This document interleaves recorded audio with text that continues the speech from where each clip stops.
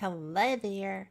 I am so glad that you are here tonight. I am Kat Hobson. I'm the host of Paranormal Experience Radio, and this is going to be a great show. I am actually getting to speak with someone tonight who all of my guests are friends. Okay, I love everybody, or they wouldn't be here. And they must like me, or they wouldn't be here too. So, my guest is Jay Bachochin. I am usually pretty good at getting that. We'll find out in a minute if I was any good tonight. But he is from Wisconsin. He founded Wisconsin Paranormal. He is the Jay from Finding Jay. And this is two films that he's done. He is brilliant. He is somebody who he gave me a description once of what the motion of a Bigfoot looked like. And I was talking to someone here a short time ago, and they used the same description. He doesn't know that yet, but he's about to. So let's bring Jay on. Hi, Jay. How are you doing, Kat? Thanks I'm for good. having me on. Did I say it right? Well, Bekachin? Bachochin. Bachochin. Ah, You know what? It's okay. I had Everybody a hack. fifty-fifty Everybody. shot. You know what? Everybody hacks the name. I just say, call me anything you want. Just don't call me late for dinner. I say that. You could be Southern. That's a little scary for you. I know, right? Y'all, Y'all. y'all. But I'll y'all you at some point tonight. But I really am glad that you are back here because I enjoy every time we have a chance to talk. And I do not do Bigfoot investigations because I don't have anybody to go in the woods with, and I'm not going to do it alone That's because good. I don't know my woods. I don't live in my woods the way that you live in yours. And I would guess that the kettle is literally your backyard. I know it is. Oh, it. And Yeah, for sure it is. yeah. So I'm not I'm not a, I am intrepid in a lot of ways, but not when it comes to wildlife because we have like everything that will eat you here. So, and if That's it a that's bites a you, it's fun gonna about being in the woods. The things yeah. that But can if it eat you. bites you here, it'll kill you. Yeah. So we have snakes and we have bears and we have rabid everything just like you do. Mm-hmm. Except your bears are bigger, probably. Well, the Chicago Bears. Yeah, Yeah.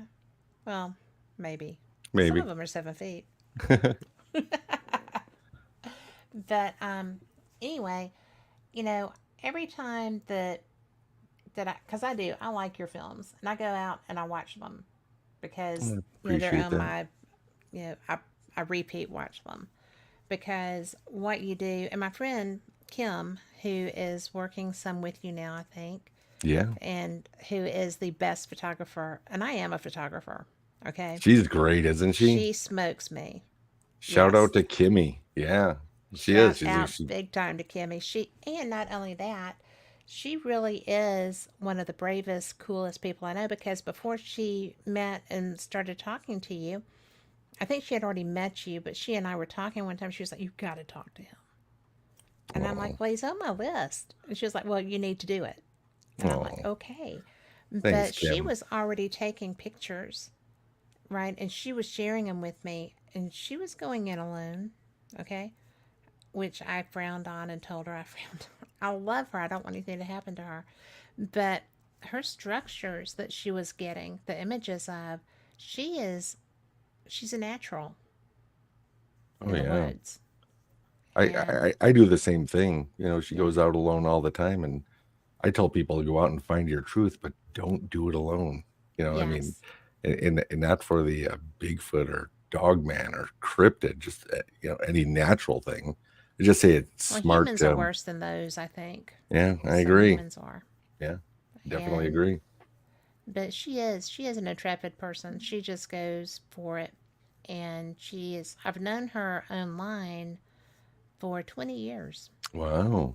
So we're parrot heads, and we met through margaritaville.com. Wow. So I most of didn't my, know that. yeah, all the women I travel with, I've met there. So, except for my friend Lori, and I met her through ghost hunting. Mm. And we travel a lot.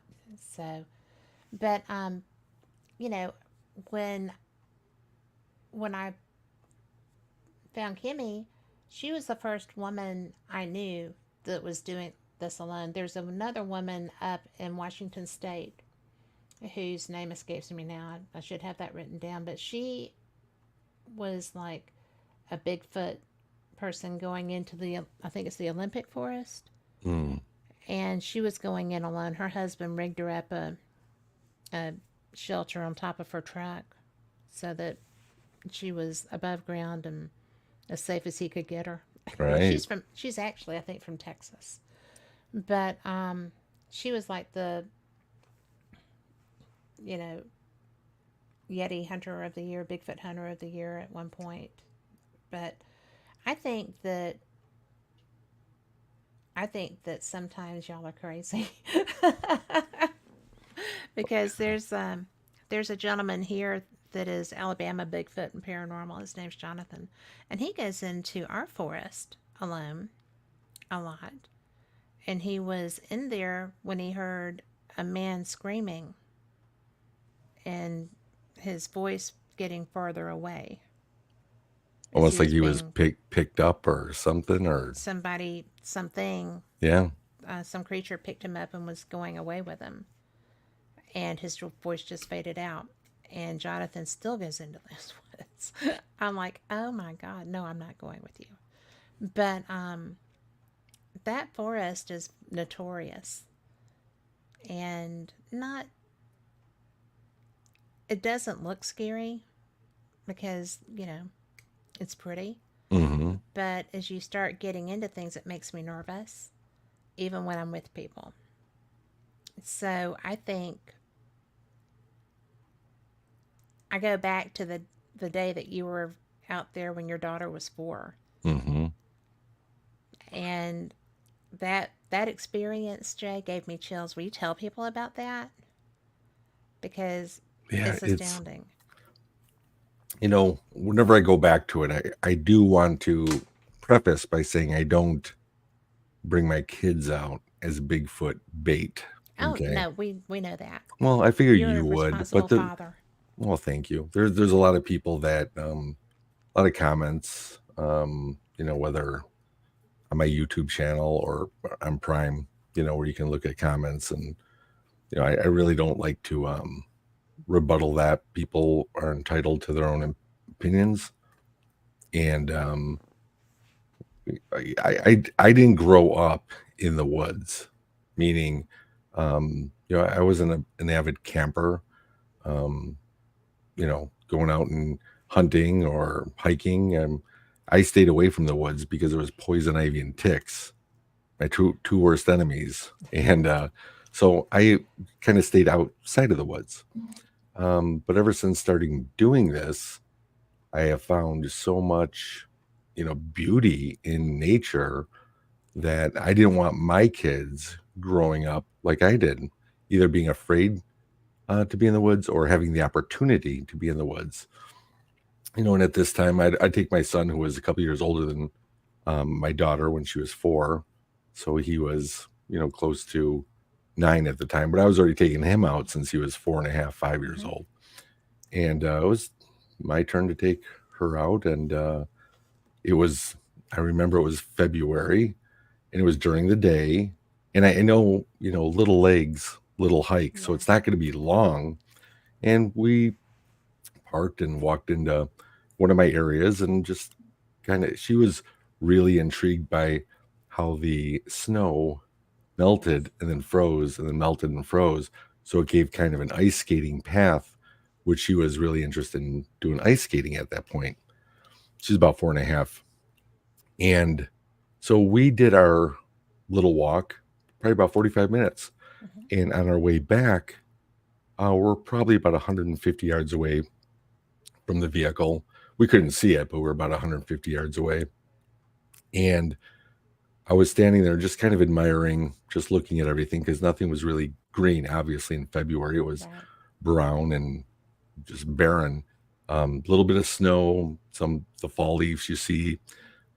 And she was kind of while I was standing there, she wanted me to like kind of pull her on the ice so she would grab the back of my belt, or the back of my pants, and then as I would walk, she would ice skate, kind of like skiing.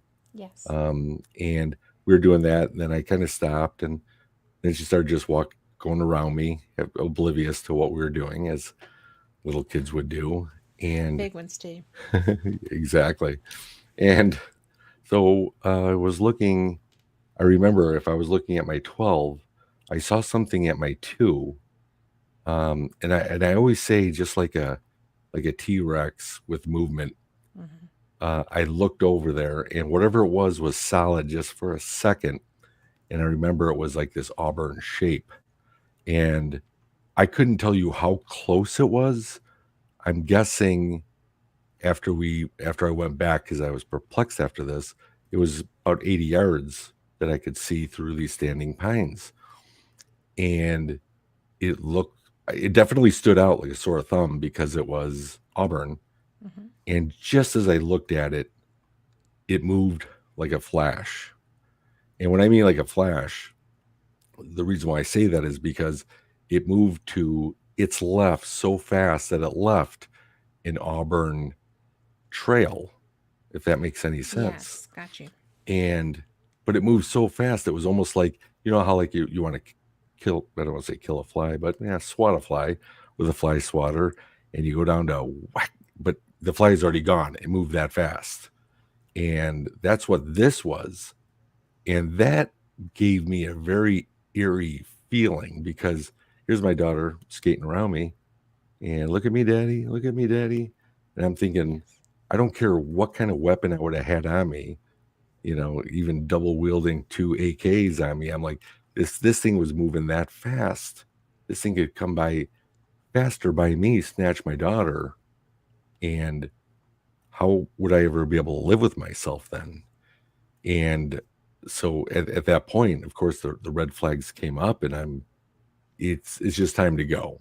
Right. And so, and we made it to the car with no problem. And she doesn't remember any of it. Even Well, if I sure. asked her now, she just celebrated her 13th birthday. And so if I ask her about it now, by picture, she remembers, Right. but not by memory. And that point, when I got home at that point, because this was only about a year after going out in the woods, trying to figure out what's out there. And I always say I hung up my backpack for a month, or a little over a month, because I'm like, whatever that was moved that It fast. was quick. It was, yeah. And I'm like, I don't know what that, and I had that feeling of losing my daughter over this, that I was just like, so I didn't really bring out my son or my daughter after that for a Right. while, after I tried to come to terms with it. But it was something. Now, can I say it was Bigfoot or Dogman? Or I can't, because it's not like I got the best look at it. It, if I'm going back to the what I visualize seeing, is it almost was like a part of a head, possible shoulders or back, is the best I could try to surmise about that, just to say that's what that was. But of course, I could still be wrong. But whatever it was left an auburn blur. It moved that fast. So it's definitely a creep factor. Well, I think they're all creep factors. But, you really are so brave. And I get being a woods person because you live on the edge there. And, Right. you know, my husband would be totally comfortable. He grew up in rural Alabama by a river. And, you know, same thing. He's totally comfortable in the woods. He he just we don't live where he can get in them very often. But he grew up, shooting and fishing and going camping for summer vacation with his parents to go fishing and stuff like that. I did not grow up like that. So, City girl. total. Yeah, total. And Tim Oh, Nicholas is in chat, and he says that if you've never seen Jay's film Finding Jay, it's really good. Oh, I appreciate that, Tom. I Finding do. J2 is pretty good also. Thanks. So, You always yeah. try to outdo one or the other, but a lot of people always go with that the initial. It's Well, always it's it's a I it's always say it's it's a sophomore curse of any film. You don't know if it's going to be good or bad, even if it's a continuation of the story. it's good. Thank you. I will put a stamp on that too. Oh, I appreciate that, Cat. Um, it's something. Did you grow up in the woods? I didn't. I mean, I was in northern suburbs of Chicago. I was That's in not quite in the woods, yeah. correct, and I was in Boy Scouts, so I would and Cub Scouts where you'd go out in the woods. But it's not like not like I had a father that was an avid hunter. I Mm, guess he duck hunted, but not like going out in the woods and deer hunting and taking me out there and showing me the ropes. So it's not like I was a total stranger to the woods, but at the same time, ticks and poison ivy. I'm like, it ain't worth it. I'll become a ghost hunter first and check which out you the did. yeah, which I did. Which going into the buildings and you had to worry about the mice, the bats, the mold, and Well, everything else like and the that. Depending on derelicts and the bad guys and yeah, exactly. yeah. So, yeah, so growing up in the woods, no, tented here or there, but not even an avid camper. So, I'm not even an avid camper. yeah, My idea of roughing it is when the Holiday Inn doesn't have turn down service. So that's kind of, and that is not true because Lori Dorsey, who is in chat, and I just spent 3 weeks in Scotland and we had to figure out some plumbing and things of that nature. But this was our second trip and it was pretty cool. oh, that's So we cool. have friends that we travel with, and yeah, they Let, let, also have things in their woods. well, let's hear your best Scottish accent now. Ah, but what on earth do you think, lad? Do you think that I'm just going to talk to you like this all day when I have such a lovely Scottish accent, but a better Southern one? There you go. Now you sound like you belong in the movie Highlander. We did go to where those baklava cairns Really are, which is nice. the stone that you touch. I Mm, don't watch Outlander, yeah. so I did not know that the stone is the teleportation device. Mm-hmm. So I'm the only person that has my picture taken just like, well, let's do this next to it. And everybody else is like, Yeah. Right. Right. I'm just You're like, like, well, what's going on? Yeah.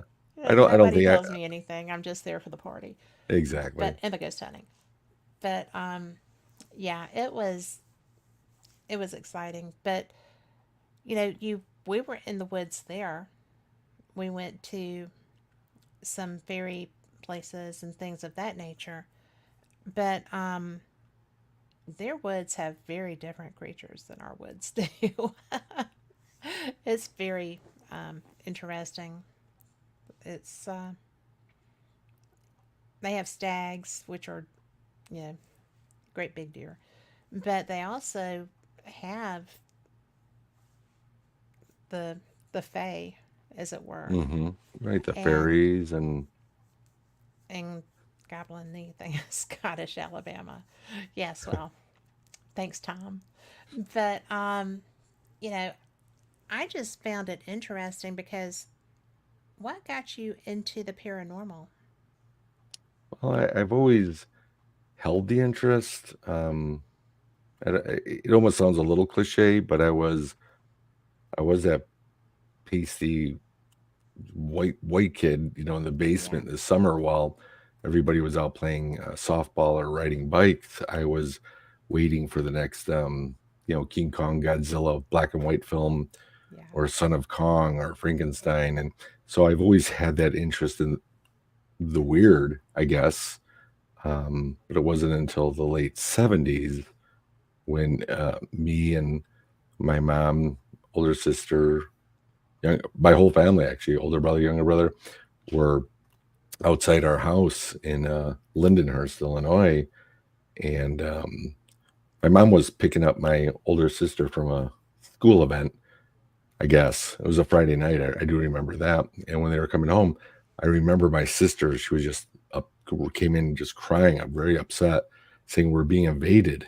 And my mom's standing by the door. She's like, "Hey, you got to come out here and check this out," because it was dark.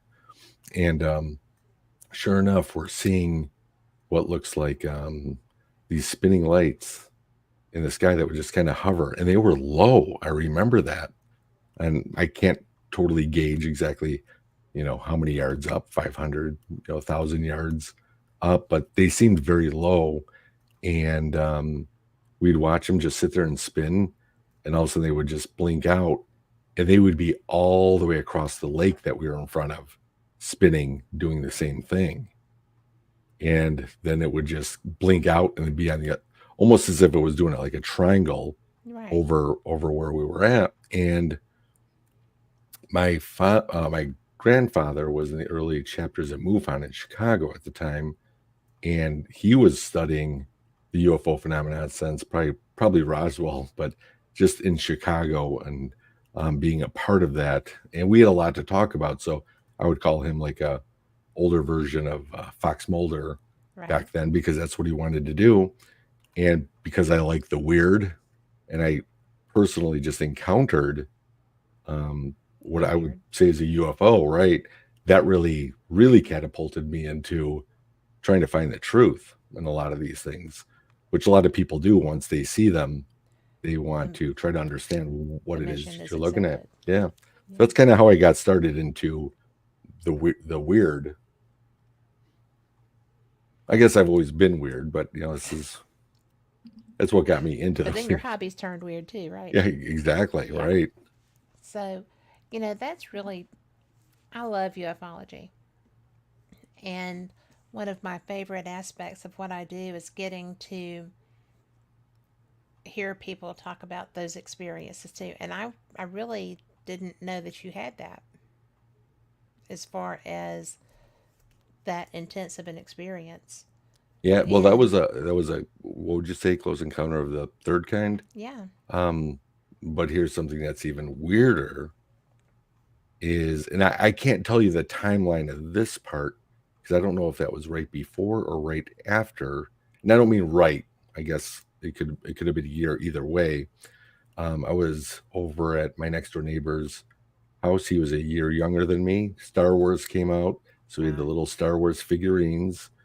I remember because there was no school, so I believe it was summer, and it was the afternoon. And I'm kind of setting the stage here because we're up in his room where he had all of his Star Wars, Millennium Falcon, TIE Fighters. It was the coolest thing. They said the yeah, kid's rich. He's got every toy up there. But he had this, his parents built like this cabinet in front of his windowsill where you could actually, it was strong enough where you could sit on there. And we were sitting in front of the window. And I remember it was very much like a Ferris Bueller day, blue skies, sun, clouds. And all of a sudden, everything went dark. And when I mean dark, I don't mean just like eclipse dark. I mean, close your eyes, go into a dark closet, dark. oh That's how wow, dark it got. And it seemed like it was only for, I think it was about 5 seconds, because it was a real quick 1, 2, 3, just where you have no time to react, and then blink, everything's lit up again, just like it was before it went dark. Now, the reason why I think that's a little weird, because you could really kind of pick on, the person, that it could be something within their bodies that caused them to do it. But the crazy thing was, my friend looked at me and said, "Did everything just go dark?" So it wasn't just me who so it's a shared experienced it. experience. It was two people.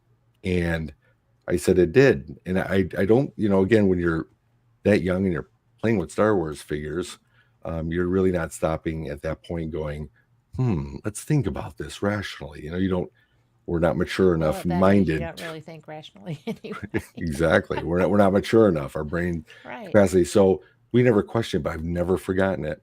And I remember finding him on Facebook, I think in 2014, and just kind of reconnected with him because you move apart. Yeah. And I didn't open up with the question, but a little bit later, I'm like, "Hey, do you remember that one time we were in your room?" And he said when everything went dark, so he still remembers it too. Wow. Yeah. that's a very random thing. I mean, I'm not doubting that. That's one Yeah. of the things I wanted to talk to you about because I did find that when I was going back through my notes and I saw it on your IMDb or whatever those things are, Hmm. um, about the a shared time. You know, Right. A shared blackout, yes, if you will. yes. And again, how do you do that? Um, Well, usually that's an abduction. and that's what I would think. And a lot of people have asked me after that, did you lose time? Again, we're not thinking rationally as kids. So if we lost time, you know, what could it have been from the time where my friend's mom wouldn't come up saying, "Hey, you guys aren't making any noise. What's going on up here?" So I don't know. It was just odd because he said that to me. I didn't Right, I didn't ask him, did everything just go black? I remember him asking me, did everything just go black? And he said right. black, not even dark. So that was the other thing. So I agree. And this is the same, I'm trying to figure out the timeline between that and the UFO sighting. And so to be able to see if I can put them together, but I really can't because I really don't know Yes. the timeline. Well, it's just so because I've had lost time, and it's something that you know it's like while I was driving, Hmm. and I'm driving, and then I'm not where I was. That's been something that, and I'm Mm. like, if I zoned out like that, I would have had an accident. You Right. know, I mean, and I've because up until recently, I just always felt like, oh, I must just zone out sometimes. But it's like, no, you'd be dead. Other people would be dead. You'd have car Right. damage. Something would go awry. Right. And so, but it never feels like it's any length of time, but my car is not in the same place. I mean, I'm not in the same place. Right. And that's happened one or two times. And Tom McNicholas says we are all weird in Chicagoland, so I would vouch for that. I have been to Chicagoland. Yeah. So Hey, you know what? We just I, blame the government on everything, so we're good. It yeah, it was something put into us or something we ingested or what I it's mean at this probably that yummy point. pizza. Well, I always think in 2024 what we know now, I wonder how much technology we really had in the Yes, 70s, the 50s, the 30s, the yes. 20s. And sometimes, and again, my wife rolls her eyes at me because everything's in the history books of how flight was invented with the Wright brothers. But I'm like, maybe But is it? this technology is going way back, and we're being fed some history, and not. And again, we won't really know. There's no way really to double check this stuff. Like when I say find your truth, where are you going to dig on Google? I mean, Google's fed too with, You got to go w- back to books. yeah, you You have to got to go find back them, to original author right, books in the time period. right. But if they're passed on and those books no longer hold anything, if they're trashed. Um, and believe me, I never consider myself a conspiracy theorist. I'm just a critical thinker, and I like to Yes. ask And questions. they And are different. they are because what's wrong with asking questions? There's nothing wrong with that. Everybody No. should do it. It's so frowned upon, though. Yeah. Sometimes you got to take that your own little leap, and or how all the fish are swimming this way. Sometimes you got to turn around and say maybe that's not the direction to go, just because you thought it, and it could be a wrong decision to go backwards. It But how do you can. know unless you ask or But unless you experience it? the pod is what gets gobbled up. Hmm. Right, So it's easier sometimes to be on the outside looking in. right. I know. So, Well, and that's just the way I feel. And again, I never, when I say critical thinker, um, I never push those my thoughts or my questions on people. It's I okay to ask them out loud, though. it's okay, and usually I get the rolled eyes or I belong in an insane asylum. So You're hanging out with the wrong people. I know, right? You got to hang out here with Cat. Anytime. I mean, but I do like, you know, I like anything anomalous, really. I have, I have talked to or listened to or interviewed or hung out with whatever some of the really most bizarre people as far as what they do. My favorite is Eric Von Daniken, who is just astounding to listen to. And I got to spend time, you know, just listening away from him being on a stage. And that was pretty cool. Um, Fire pits were involved, made it a lot of fun. But Nice. one, I know, right? And that was an eclectic mix of people. It was an event, and it was after hours, and the wine was out, and people were just letting their hair down and hanging out. And it was a real educational experience for me because it wasn't my normal genre and certainly not my normal crowd. And it was just like these were some of the best minds in ufology. And That's great. I mean, I'd it just was be just like, it was a like being a dream. fly on the wall, Yeah. you know, because I wasn't opening my mouth, they were talking. I'm just like, oh, if I had a recorder. Oh, if I had a recorder. So, which was in my room. But, because I was there as media and it was okay to have a recorder. But if I'd have had one there, I would probably not have turned it on because it's just so important. I think there's a lot of people interested in these things. And I think it's important to be able to have an open mind. Like you said, people will go, "Oh, well, you were probably doing this or doing that," and it's like with your figure that was such a blur. Hmm. I We had talked about that when we've been on before, and I was talking to somebody who had a sighting, and he literally said, "Man, it's so fast. It was like a race car or something. It's just a blur." And I'm like, "Because you told me that you were interviewing somebody Hmm. after an experience, and they said that to you, and That was that's when you actually knew that they were for real." right. That was actually in my second film, Beyond the Kettle, Finding Yes. J2. Is that happened right after? Well, before Finding J was released, and I didn't post that anywhere. Mm-mm. That it moved like a blur, meaning, sure, you can go to a Facebook or whatever social media and do your homework and become the best psychic ever, by studying that person.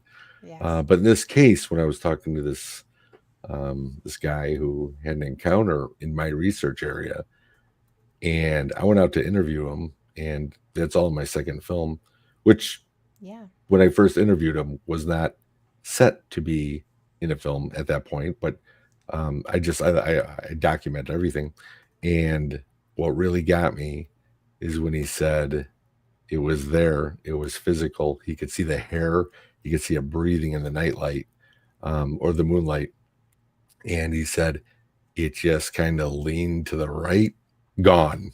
He goes, not even a pickup speed, just boom, gone. And he goes, it moved like a blur. And when he said that, it brought me right back to with me and my daughter Yeah. having that. So now you're right. Whenever I hear the blur, I'm like, all right, see, we're on the same page. Alabama, Yes. Kentucky, Wisconsin. When people are saying this, I think this is that kind of collective encountering I that think needs so to be too. documented. I think so because I was so taken aback. I was just like, what did you say? Right. It did what? And to me, that was my validation of your experience. Not that I doubt you, Hmm. But to have somebody else here bring that out, I was just like, that's how they move here too. Right. Okay, this is really, maybe it's a species, maybe a subspecies, whatever, but these are similar encounters, both in South Alabama and, Southeast Wisconsin. yeah, But they're still south. yeah, it was still so. But and I always think about that, and I do explain a lot about that. That even if we knew each other, I'm pointing at both circles here. Even if we know each other and we believe we're telling each other the truth, now let's go one step further and say we're both out hiking Hmm. together. I'm looking to my left, you're looking to your right, and you see a solid blur. And then by the time you react, I turn and say, "What?" And you tell me what you saw. Hmm. Again, it's not my observation, it's not my encounter, it's yours. Even though I believe you, Kat, right next to me, I still didn't personally see it. So it's, it goes back to, what you were saying about just listening to these other people talk about the blur. Hmm. Um, Now, if it gets too mainstream, then it's almost like anybody can say it moved like a blur. Sure. But I always look at the initial ones, and I didn't mean to come out and say it like that. I was just calling it like I saw it. The Sure. observation was it was a blur, and the blur was because it was Auburn, and it left an This Auburn was not blur, Auburn. Yeah. right? Yeah. So But it's you're you're absolutely correct. If it were something that was out everywhere, you know, like with yours was before right, the the incident was public genre. right. But I don't know if this didn't strike me as a Bigfoot person. Hmm. They Well, had and just that's been it. camping. Right. And again, that's just it. It's not that people would make it up. They could, they might not. I mean, that's just the big pie chart that you would look at. Who wants the attention? Who Hmm. is truthful? Who's doing a hoax? And again, that's just what we are trying to find out. But if, like you were saying, and I believe you, Hmm. that this person's not even a Bigfoot person, Yeah. and they say something like that, then I believe they did 100% see something. Well, it's fascinating. I have a friend who all of our lives he was a woodsman down here, and he's like, well, I think I saw something. I know I heard it. And I'm like, well, that's why I don't go in the woods. you know? But he's in high school. He was always camped out at the lake, always Hmm. whatever, and tried to get me to go. And I did go one time, and then I left because it got dark. And I'm like, no, Oh yeah. not Oh sleeping yeah. in the woods. Yeah. It doesn't matter how beautiful the Kettle Moraine is. As soon as the lights go out and it's dark, it's a completely different world. So Yeah. See, different. like this picture in the back here. It Yes. looks nice and peaceful, and you can hike. Now, just imagine staking out right here on those fallen logs right there, and just waiting for it to get pitch dark, and There would be standing out there. snakes there on the Every lines.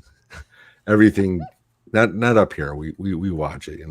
Not as bad as Alabama, but Yeah. there's gonna be some snakes up here too. Well, they're everywhere, but yeah, you have the benefit of it getting cold, Yeah, they all and they go don't down. move so well when it's cold. They all go down to Alabama. Yes, they do, right in They, my they all backyard. migrate. Yep, in your So, backyard. well, when you had first of all, how did you get from Chicago to being a woodsman? Well, again, northern suburbs. I wasn't actually in Chicago itself, Okay. the northern suburbs closer to the Illinois Wisconsin line. Um, it all happened after we were doing ghost hunting, paranormal investigating from 2007 till 2013. Well, actually, that 2012 to 2013, it was really tapering off. I had a team of 10. We had all the equipment. We all had all the black shirts. We all stood like this, in the Yes. back. I mean, I'm not making. Well, I guess I'm kind of making fun of myself now Well, but the because face, you got to do the you gotta face. do the. You gotta be serious, So serious. serious, so serious. Nobody else smile or anybody smiles, it won't take you serious. I guess I'm not knocking that because everybody eventually goes through it being on there, and I mean, it Everybody felt goes through that. yeah, but I'm just saying it felt good to have a team Hmm. like that because I believe we were all. I came up with the our mission statement of saying we're hunting the truth. So not Yes. literally. So I don't want to say we're ghost hunters. We're Well, hunting the because truth, I don't like that because I wouldn't want to be hunted. right? So, Well, I mean, I still look at it as hunting is trying to gather yes. or try to obtain. I don't want to say try to kill, but try to find that truth. And we were doing that, like I said, for a while. But then the team, like every paranormal group, revolving door. Friends come in, friends go out. You lose friends, you gain friends. Um, Sooner or later, near 2012, 2000, early 2013, it was about done. And Right. I'm like, you know what? I'm about a 13-minute drive from Bray Road, Elkhorn, Wisconsin, the Beast to Bray Yes. Road, right in my backyard. I mean, why don't I do some legend tripping? Because you can go on Bray, it's a public road, but all the area there is owned by farmers, third, fourth generation farmers there that have been there forever. So you get off the road and start investigating. They all know each other. You'll have the law coming down, but uh, trespassing on there. But you know what? Going on the public road, you can do what I call patrolling, not Right. stalking, patrolling, just to see if there was anything real to this. Because I friended the late great Linda Godfrey, who passed Yes. away a couple of years ago. Definitely the great. Yeah, in 2011, and she kind of mentored me a little bit on the actual Bray Road, her investigations, and brought me, in on a few of her own. And I think at that point, again, we were still a paranormal team, but they still wanted to do ghosts. I was aiming more towards, you know what, the ghost thing seems to be taken care of from everyone and every channel on TV and everywhere you turn. So you know what? I'm gonna focus at a cryptid Yes. and started looking at the cryptid.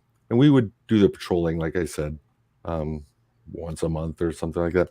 One time we ended up in the Kettle Moraine though, because we went a little bit too far. And again, it's the woods, but now it's October, so no ticks really. And as far as poison ivy, just stay away from green. So I'm like, I'm cool to walk in here.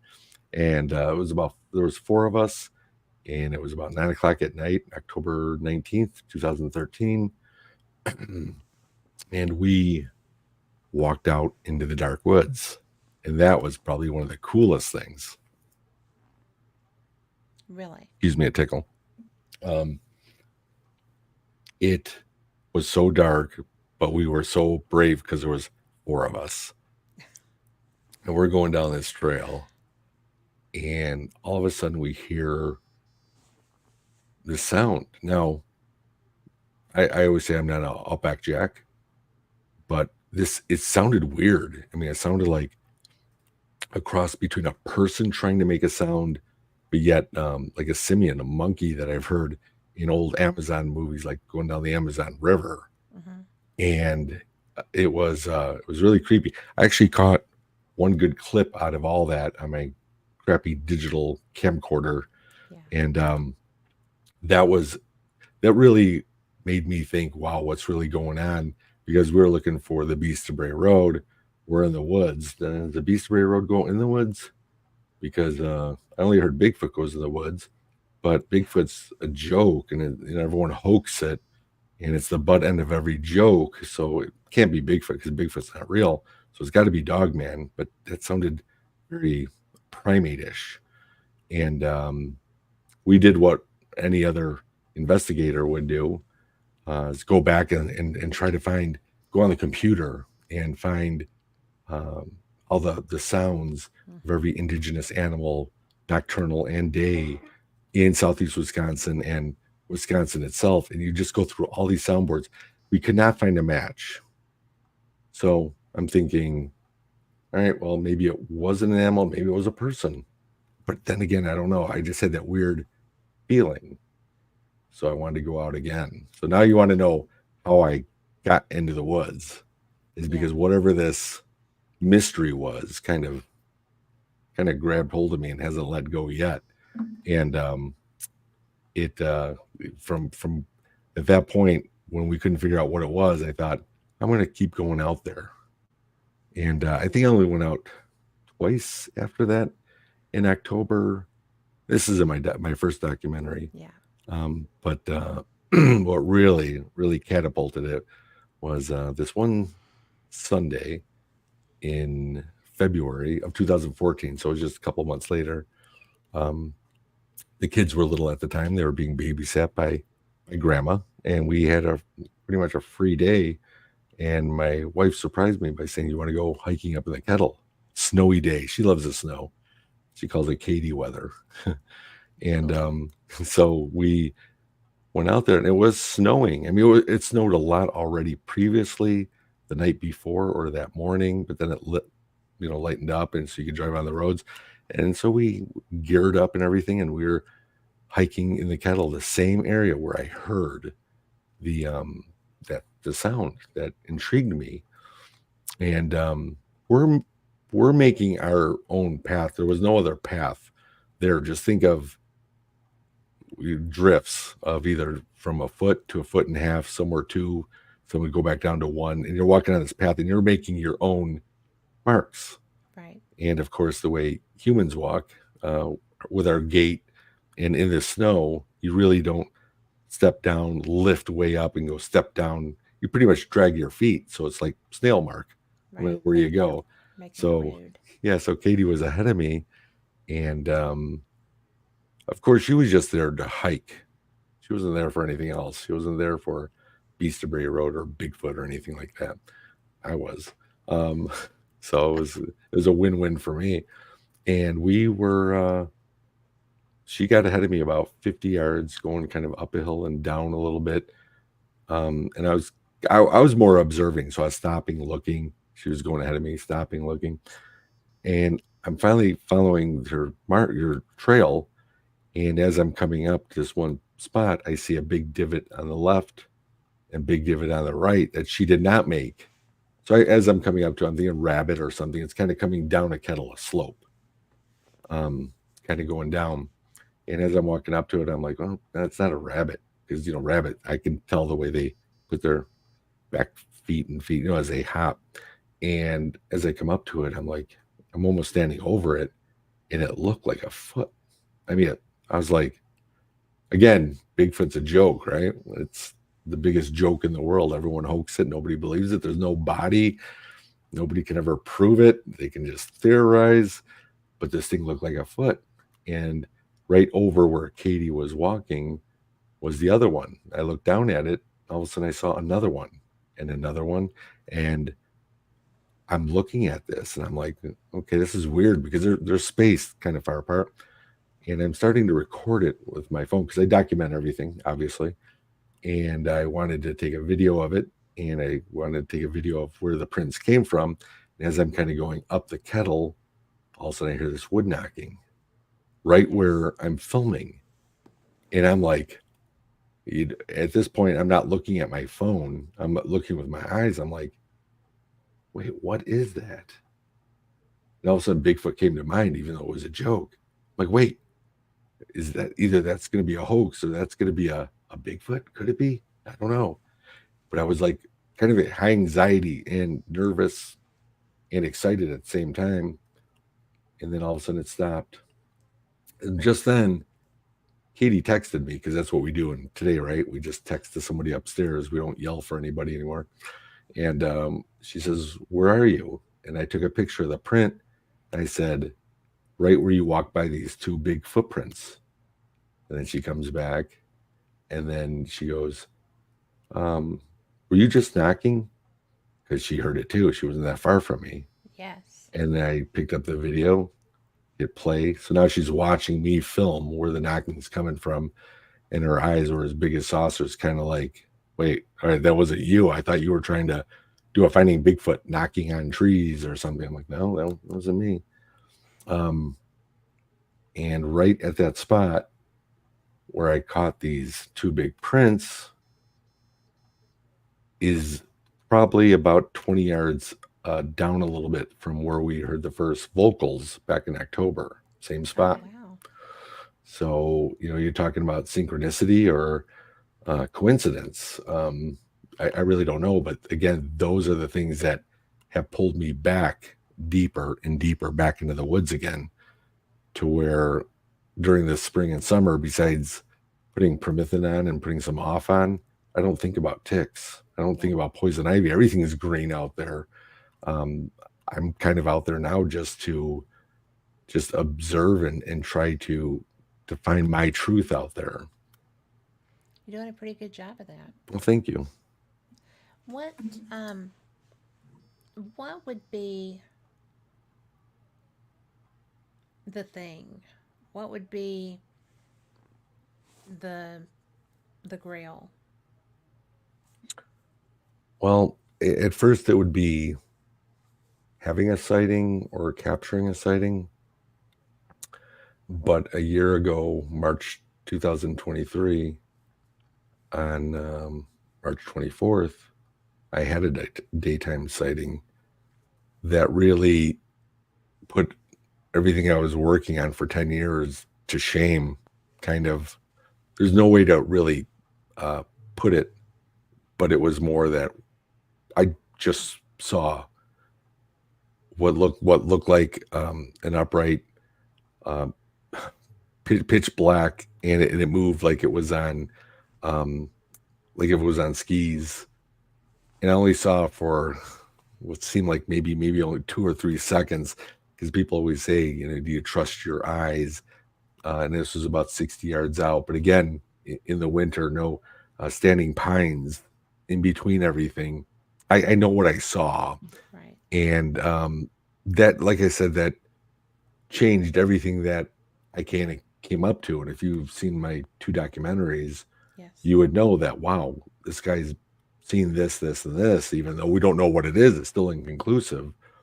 And then when you lead up to a point like that, to where, to be able to say, I guess because this is what I do, and I've already put out 2 films. So of course Jay's going to see a Bigfoot.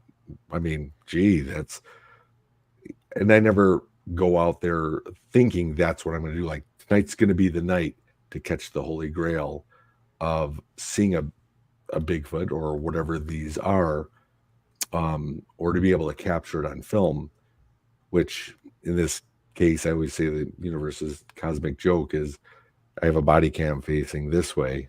And then when my sighting is, when you're talking, you're moving your head. So my body wasn't facing that way. So no, it did not catch it.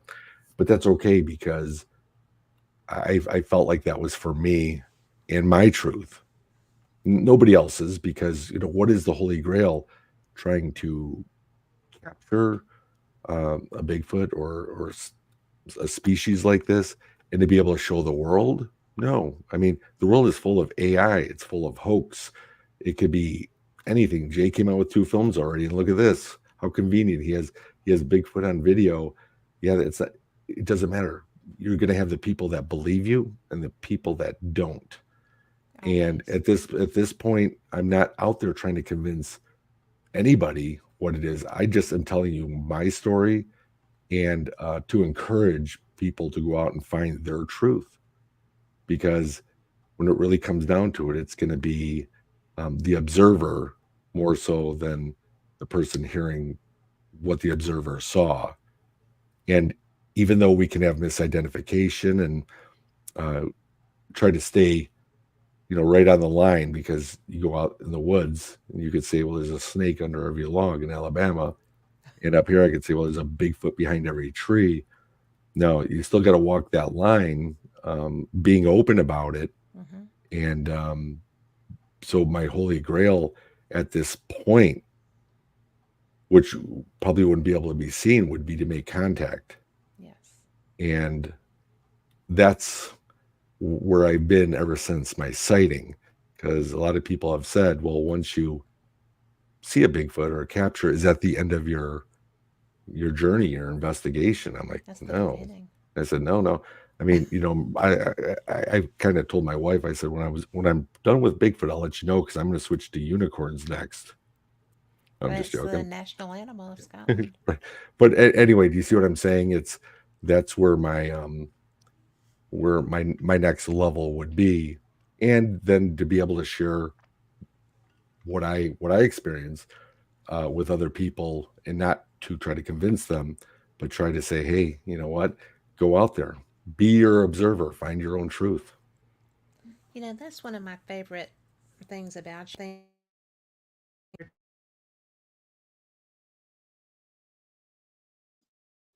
Uh-oh. Nope, I can't hear you. I'll try to lip read here. Cat Hobson host. Okay, can you hear me There's now? I can hear you now. Yes. I don't know what happened, but it's a paranormal show. Stuff happens. Exactly. But one of the things that I like so much about you is you're a really nice family man, and your family is involved in loving the like Katie hiking, and your family does that. It's a family activity, and the find your truth. I've got to get one of those shirts. By the way, do you still sell those? I do actually. If you go to my website, then I have a storefront. Okay. I don't like to call it merch because it just seems so trendy. I have a storefront where you can pick up my Blu-rays of both of my films, and then I have another link to shirts. Okay. Um, Because I just love that, because I think that's important, and I think that's important for every walk of life, because you know what? That's perfect. That's exactly what it is, because finding your truth is not just with Bigfoot or ghost or UFOs. I mean, it's in everyday life. It's what's yeah, in front of us. one We is who could, you want to be. right. And that's how come I realized back in 2015 or 16 that maybe my goal was kind of that. I think it all starts that way. I think I had a black t-shirt on back then in the woods, like, you know, and trying to capture uh, a Bigfoot, to be able to say, look, I got the evidence. Right. And something happened in between 2016 and 17 to where I don't that was not going to be my path anymore. It was going to be strictly now try to find my truth, and then during this try to encourage other people, because I know how I sound. If you don't know who I am, you could say I'm a good family man, I'm a good speaker, I could be the best snake oil salesman this side of Mississippi. Yep. You wouldn't know. And that's why I tell people, don't take my word on it. I'm not trying to spin anything, but don't take my word on it. Go out and find your truth. Become your own observer. Then you will find your truth. Whatever you think that's going to be. If you think it's going to be a Pac-Man, chasing you out there, that's just it, right? Yep. Because there's, close to 8 billion people in the world, and not everyone shares the same truth. So go out and find your truth. Well, Lori in chat says that she loves that sentiment too, so probably you're going to sell that shirt too. But Well, she is thank my you. travel partner. She's the one that I paranormal investigate with. She's the one that I travel with. She is one of the best people with an SLS camera I've ever seen in my life. And, you know, That's it's awesome. just fun. Everybody brings their own strength to anything that you're doing. That's right. You got to have your Okay. person. Yes. Got to have your person. Yep. And yeah, I turned her into Gulf Shores, so now she's a beach person too. So we'll see how that works out. She's planning on moving there at some point soon. So, and she'll be waiting on me because I'm That's in good. Birmingham. But, you know, Tom has a couple of questions. And one of them is, what happened to the statue on the farm at Bray Road? It looks like it's smaller. It is odd. I don't think it's really changed. I don't know if they painted it. Um, because what they did is they have this wooden carving of what looks like a werewolf because I think it has pants and it's Hmm. chained up.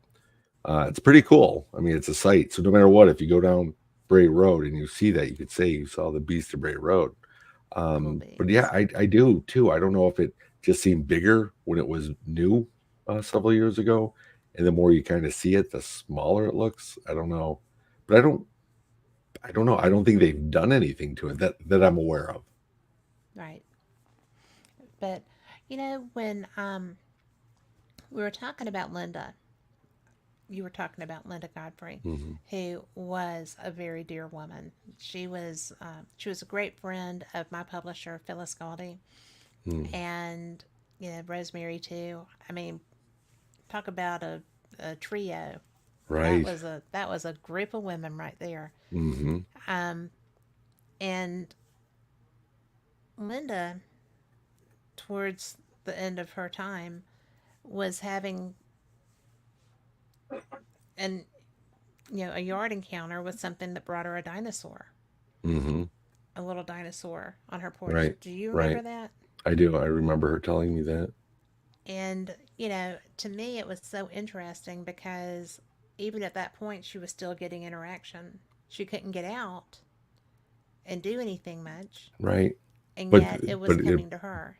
exactly. And And to me, that was really indicative of the relationship that she had developed with the the animal intelligence around her. yeah, yeah, And yeah. The only reminds me of because that's what I always say is people ask me if I go elsewhere because I have about five areas all within where the crow flies that I focus on, and people say, "Well, why don't you go here, go there?" And I'm like, it's almost like paranormal investigating. You're going to go into a house and determine if it's got activity, and then what? You move on yes, to another house, and then so to me, it's not having a relationship with that house or what's there. And when I say I have a relationship with the woods, I'm not talking about Bigfoot. I'm saying the woods in general. And I think that's really what it comes down to is having the trust and to be able to go into the woods and hopefully be able to experience what that is. It's so hard because I this journey of mine has taken me in so many odd directions that I never thought I would be in. And actually, that's kind of where Kimmy kind of comes into play because um, many 2016, right around there, we started finding single feathers or feather in the middle of the path. yeah, Yeah, it's that random. It's happens here. yeah, okay. You're out in the woods. There's birds out there. It's an uncontrolled environment. Obviously, birds lose feathers, but as you're walking and you're going down 75 yards, let's say, or 100 yards, there's another feather in the middle of the path. Yeah, And then you go down another, whatever, 100 yards, 150 yards, feather. And at that point, I thought that is very odd. And I'm like, at this point, I'm like, all right, is Bigfoot leaving feathers for me? I mean, I don't know.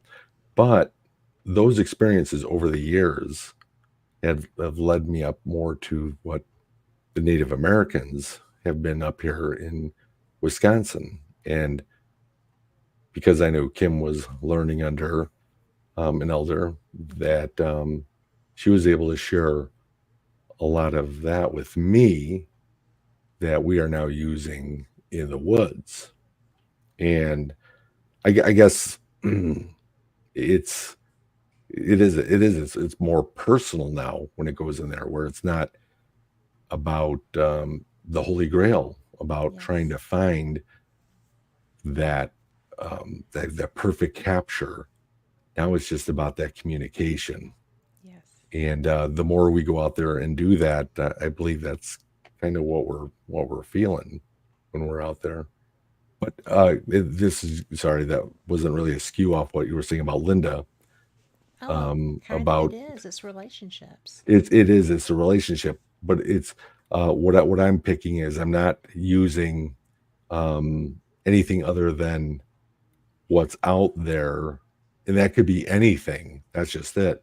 It could be anything, and so that's why I always say I have this relationship with the woods and people. Why don't you go here, here, and here to Don't. research? It's like, right, I don't have my answers where I'm at now, and until I get them, and I may never happen or may take a lifetime. This is where I'm going to be. And this is where I'm going to study. And this is where I'm going to keep on. And I hate saying research because at the same time, that'd be like if I came over to your house, Kat, and said, I'm just going to sit there. I'm going to study you. I'm going to research you. It's like I don't like that term. I never say I'm a Bigfooter or a Squatcher Yeah. or anything like that. I just, I'm an observer, documenter. I'm a truth seeker, if you will. There you go. Yeah. So that's where you were talking about Linda having that brought to her. Who knows what brought that to her, but she had that conviction of that relationship. She Now I did. can see where she was at because I believe when she did tell me about this, I wasn't there yet. So I could kind of look at it and say, "Oh, Linda, you're such a lovely lady." It's probably the neighborhood kid who put it there, but she Yeah. was so convinced. She was. Yeah, and that's I believe that's going to be your truth. That's what you're going to find, and people are going to look at you like you're the biggest nut job in the world. And I'm actually okay with that. I'm beyond the ridicule of that. You're talking to the chick who keeps a alien in her bedroom. And I see that peeking around. What's his name? Al. Al. Hey, Al Al. Leon. I like that. The little Al Leon. Yeah. Oh, My husband brought that to me, and this is our guest room. This is where my office is. This is where all of my treasures are. And so, not to mention the great big collie, too. But, this is where I work and where I think, and he's inspiration. it is But, very very lovely area. yeah, yeah, my tree of life, too, and my alien spirit Nice. drawing. So, I see that that. that's I'm very fortunate that I get exposed to a lot of ideas and a lot of different thinkers and people.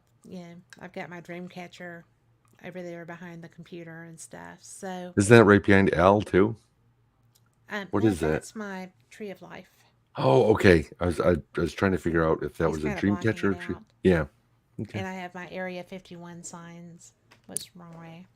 Too. I got to go Nice. there this year. So that was kind of fun. Oh, cool.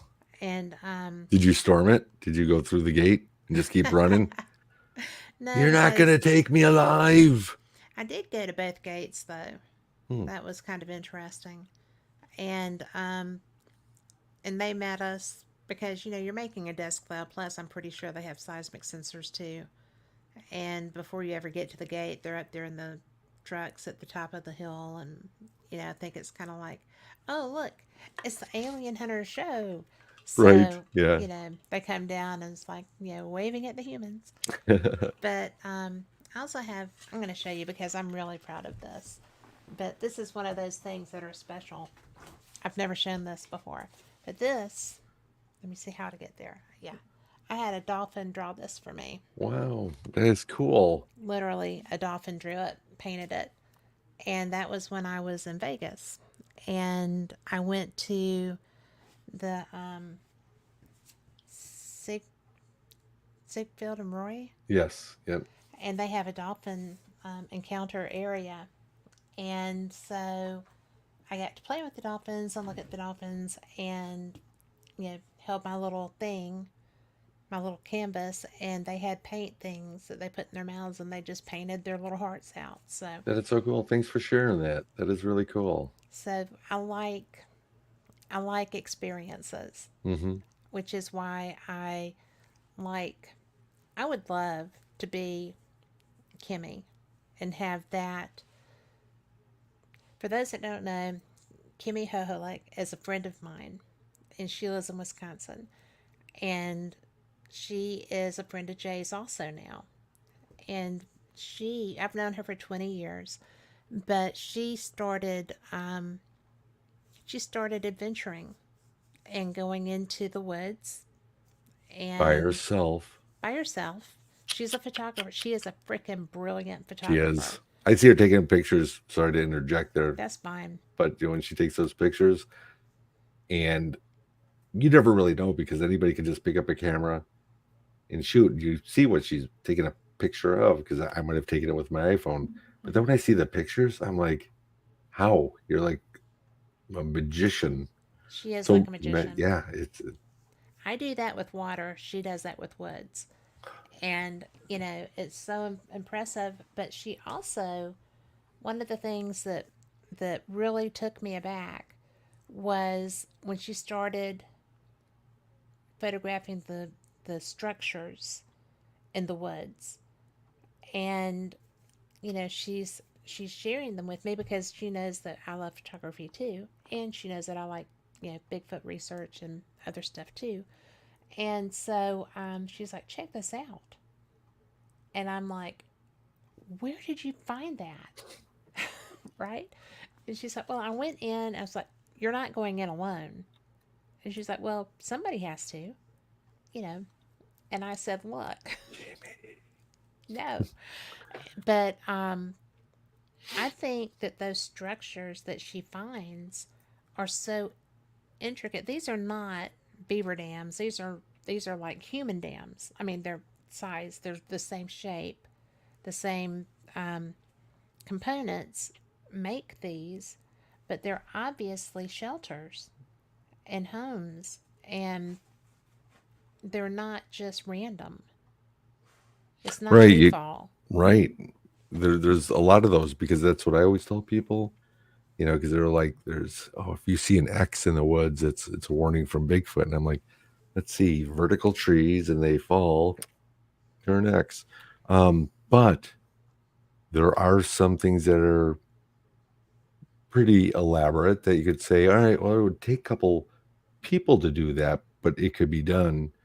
But then I know what you're talking about. Kimmy's photos is because in my first film, you'll see that the structure and how intricate in the way it's woven. It you know, is, yeah. they're like little parts that really don't belong to anything to keep a structure sturdy. Hmm. Doesn't make sense, and that's why when I look at some of those tree structures, and like Kim's, it's baffling. It really is. Well, and the fact that um, she's fearless, because I really feel like with her heritage and her mindset and her love for what she's doing, I don't feel like she's in danger. She doesn't feel like she's in danger. I feel like she should always have somebody with her. Okay. Yeah. Somebody behind her. But Well, you need that. You you know, do need that. and it's one of my number one rules is never hike alone Yeah, because you know what? If I ever hiked alone, Katie said, if you ever died out there, I'll kill you. exactly. So it's kind Yeah. of the point being, obviously, is You don't do it. you don't do it. And again, not for the cryptid side or the supernatural side or anything, but just You anything can fall. else. You can fall, you hurt your head. People are willing to take those risks. I always say, all right, I say, Kimmy, heed the warning. She's going to do what she's going to do, and that's cool. But anybody else, I always recommend, Kat, don't hike alone in the woods. Okay, Well, I promise me would you will never. not. I promise you. Okay, yeah, You got that in writing. I'll you got it send in it to writing. you. That's all I wanted. But really and truly, um, because I have become so interested in hiking. I had the best time when we were in Scotland, we would do a minimum of 2 to 3 miles, even if it was urban. You know, Hmm. the longest day was over 10. But, and it wasn't, it was invigorating. So now I'm an urban explorer, but I want to get out. I've got some great mountains around here. So I've found a Get out hiking group. there. They're all Yeah, around you. I know, right? And so, well, I live at the end of the Smokies. Oh, So the nice. very end of the Smokies because we go right down to Sawgrass below us. And, you know, so I found a hiking group that I'm going to start hiking with. And I'm so excited That's awesome. because down below me, I have a cousin who lives in an area called Evergreen, Alabama, and well, rural from there, which is saying something. But I stopped there to, I was taking my grandsons to the beach with me. And so we stopped in Evergreen and we, hit a Wendy's to get some lunch and hang out for a little bit, be out of the car. And then, you know, as I turned into this little area, there is a freaking Bigfoot statue. Jeez. And I'm like, I've never seen that anywhere around here, you know. And so I started researching. It is the Bigfoot capital of Alabama. Wow. So I thought, well, I have a cousin who lives here. Look I at you wonder if she wants to go. go play. you know? And here's the thing though, is I was probably, like I said, a lot like you, where I didn't really fear the snakes or anything like that, but the little nuances, I just decided to stay out of the woods. And but you just wonder if you find your truth out there, all of a sudden, all those things. I mean, they're there, but they're not as Overwhelming. important. Yeah. Oh. Well, I have snake gators now. Oh. Okay. So, as long as it's not long enough to, you know, Right. as long as it's not, because I know their range. so Well, you know I what? learned about You that. could always get a suit of armor and just Well, some that would clink and clink a clunk lot. out I'd, there. I'd probably That's scare the Bigfoot off. no, no. You bring him closer. See, that's the He'd key. be like, oh, That look, that's we what I'm already have a saying. can opener. Well, that's what I'm saying. Yeah, right. I always say that's the key. You know what? What you need. I see a lot of people when they go out there. I'm not knocking it, even though I'm going to say it. Um, dressing in camo, which is great if you're, trying to be elusive yourself of Yeah, getting game or birds or anything like that, or anything you're trying to hide from. But in this case, you know what? Where do you think Finding Jay came from? I want to go out there. I know I'm not going to find Bigfoot, but maybe Bigfoot will find Jay. That's where Finding right? Jay comes Maybe from. make them curious. Make him curious. So go out there in your suit of armor, clink and clunk, and then just be quiet and just watch what happens. You never know.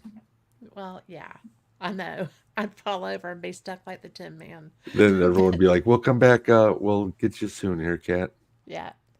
Well, the interesting thing is this cousin I speak of, she found me on Facebook. I got a Facebook message that said, I'm your fourth cousin, and Wow. this is our connection. And she lives in the area of Alabama that my grandmother's family was from. So it was just, I'm just kind of like, really? So then I look at her profile and we look alike. Really? Yeah. And she says, I have, like the same skill set that you have. And I was like, you're paranormal? And she was like, yeah, I am. Wow. Look at that. So, I mean, we have the same genes, we have the same, you know, biological background, Right. and we have the same, you know, um, I'm not psychic, but the same sensitivity skill sets. And it was weird, right? And she Maybe lives she's like where a the Bigfoot. separated twin from you or something. You know what I Well, mean? we're about the same age with the same age kids. Wow. It's Look at really that. fun. Synchronicity. And she lives where the Bigfoot are. So, Perfect. So that's where you're going to be going on that hike? Well, she Cool. doesn't You know got yet. to. Now she does. So, Kina, now you know. But, it's Congratulations. really wild because I actually had to get off the interstate down there. And this is before I saw that Bigfoot statue. Mm, And the there was a problem with the road. I got off. I got lost. I'm trying to find my way with my ways and everything, and so I'm recognizing names of roads and communities as I'm going through. But I'm so lost, you know. And it's not wooded. It's in farmland, and I'm like, well, I'm okay. I'm not. I've got gas. I'm going to be fine. And I start down the last little road that my Waze says is going to take me to this town whose name I recognize, and it was so eerie. The road didn't look scary.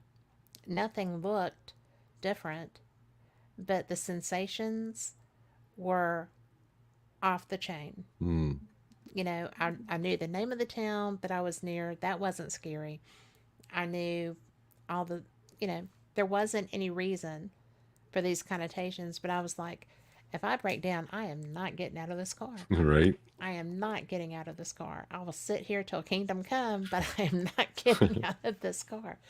And it was so funny because the little town, it's called Owassa, and it's the halfway mark, almost exactly between Birmingham and Gulf Shores. That's where you know, that's where I'll send David a voicemail when I hit it, and I'm like, Owassa, love ya, and hang up. But it was so funny that I've never gotten off there, Wow. and I won't do it again because not unless I have somebody with me Right. that will have my six, because I'm not doing it. Yeah. Yeah, and I always recognize that, and I always honor that, and that's why I think I would be okay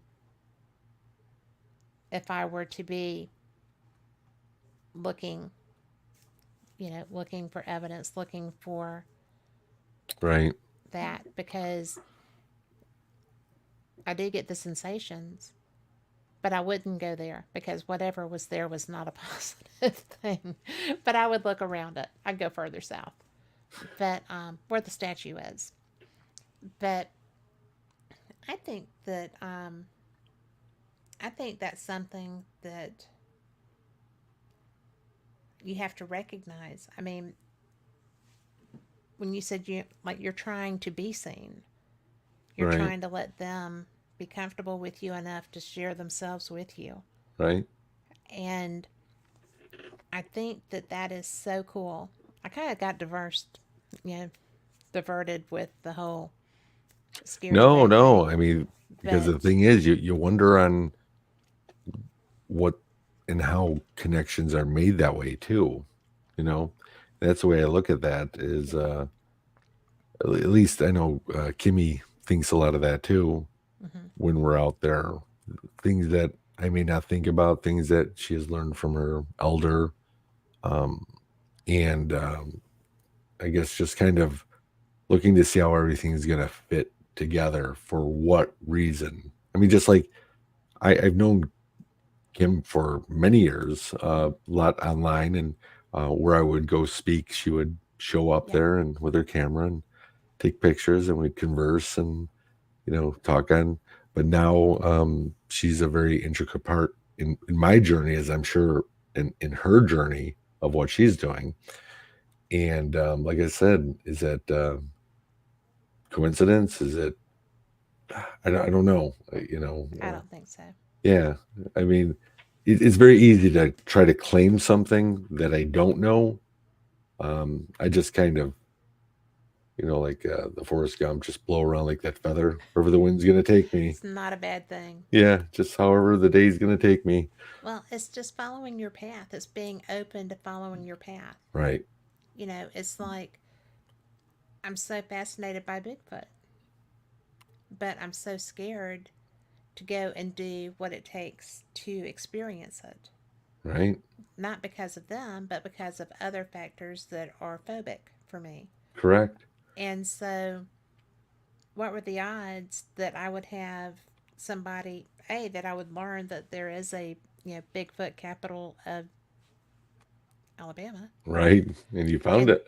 I found it by statue, and then, you know, have somebody there who would not be adverse to going and doing that, that I'm actually related to, so might feel an obligation to pull me out if I have to be. you know, But I'm again, just kidding. I won't have well, to. I'm just saying, but you won't know until you're out there. Yeah, And I commend anybody that tries to do that, to go out and find it. It'd almost be like if you were going to go look for Champ or Loch Ness, Nessie. I checked out Um, Loch Ness. I didn't see her. no, but No. now going out there, now you're going to submerge yourself into a cage, into the miles deep of Loch Ness. Is Right. that your forte of being underwater like that? And you I would do say, like being underwater. But right. So it'd be like, no, but what if you had that observation and you knew, and there was that draw? And again, that's what brings me out in the woods now, yeah. to where I'm out in the woods and I could be out there at midnight easily and feel like I'm at home on my couch, that comfortable. Well, Oh, where? I'm hoping that that's what this sudden urge to hike is going to bring about, because I mean, I'm not silly enough to go out by myself, but because I'm not that person. Oh, thank you, Tim. Tom says I can use his scuba gear for that Loch I Ness see that. expedition. That's awesome. But, you know, I'm feeling like there's a draw. And it's not, you know, we'll I find know. out. I know the draw. I call it being. This is weird because I kind of said this back in 2014, What? and people have asked, "How are you now in the woods?" I was never a woodsman, and I said I was tagged. They go, "What do you mean?" I said, "I don't know. There was something about being in the woods, and all of a sudden there's this draw, and the draw is, I'm not overly obsessed. I can go on and be a great husband and father and work without falling off the Bigfoot, anything Yeah. like that. But there is a pull that I feel constantly, that I am. The best way to put it would be, you're home on a Friday night. Your whole family and friends are right up the street, and they're having a cool party, karaoke. Bring out the drinks, but you're sitting at home, and you have that draw, that whatever you're doing at home, you feel that draw, like, I don't want to be here, I want to be there. Mm-hmm. It's that kind of draw for me, without the karaoke, obviously, to be Well, you going out don't know what they do. exactly, but to be out there. And I always say, they're calling me. I don't know if Bigfoot's calling me. I don't know if the woods is calling me, or the magical woodpecker that lives in there. I don't know. But whatever it is makes me want to come out there, and I feel comfortable. I don't Mm-hmm. feel threatened. I don't feel scared. Um, and it is, and people call me crazy all the time too. Like, what, you're not packing, firearm on you? No, I don't. I do have other means of protection Mm-hmm. for any predators or anything like that coming at me. But not so much a firearm, because I'm always like, hey, if a dog can sense your fear, Mm-hmm. and Bigfoot's out there, and you're going out there, and they're hypersensitive, I don't know, just these are my theories. Um, and they're hypersensitive. Could they sense not only your fear, but your confidence? Yeah. And if they can sense your confidence, like, all right, don't go near that guy, don't even make sounds. This guy could pull that boomstick out and start firing and injure one of our young. Don't even go by him. That's the reason why I don't pack, is because I want to be able to go out there and know that I'm open for some sort of contact. That makes sense. Yeah, that's just the way. A lot of, again, people say I'm crazy for it, but I guess we'll see in the long run. It's been 11 years now, I still have my head attached. Then So I'm far, able you're to, so good. yeah, I'm still able to tell my story. And I'm glad, because I, like I said, we've got a guy here. We've got a lot of guys here that, you know, are out in the woods. And I've met so many people at different events, like, New York, upstate New York, other places in Wisconsin, out west. A lot of people have this fascination and this draw. I don't know anyone else that goes without a gun. Yeah. So I it's a And really yeah. valid point though that you make on why you don't.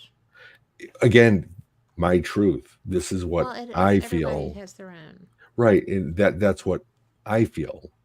It's basically going out in the woods at dark with your, lights ablazing coming down. And I always say, all right, Kat, if I took you out in the woods in the dark, and I hike with a very low red light or no light, depending Mm-hmm. on moonlight, and we're standing on a path, and all of a sudden we see down the path, we see two flashlights kind of bouncing, coming towards us. What's your first reaction when you see those flashlights just kind of bouncing?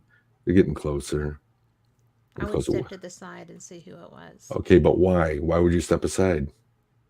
Well, because you don't know who's going to be out there. You don't know who's going to be out there, and you don't know their intentions. Exactly. So when I go out there with my low red lights, just to, for safety, and I do keep a powerful one on.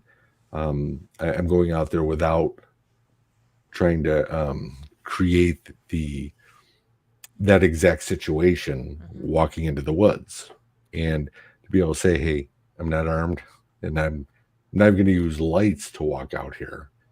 Um, to bring up that curiosity, uh, but I think to be able to feel inside, like I said, that would be, my truth of what I believe is intentions. Well, people can speculate all the time. We've heard of Bigfoot woo all the time, right? The paranormal Bigfoot. Um, I and the Native Americans looked at it more of this spirit brother, and Yes. I'm not dancing on a tree playing a flute yet out in the woods, but I'm just saying it's like when I'm going out there, I'm I'd trying to pay. be as I'd pay to see that. Just saying.